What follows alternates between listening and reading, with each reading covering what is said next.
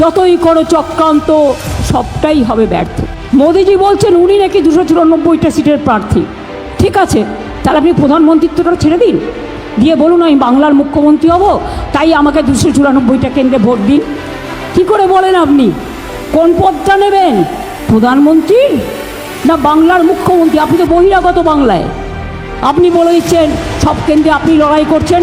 আগে দিল্লিটা সামলান, তারপরে বাংলার দিকে তাকান। বাংলার দিকে যদি কেউ বিচক্ষু নিয়ে তাকায় তার চোখ গেলে দেবে মানুষ। আপনারাও তৈরি থাকুন। আপনারা বাংলাকে অত্যাচার করেছেন, বাংলাকে টার্গেট করেছেন, আমরা এবার দিল্লিকে টার্গেট করব।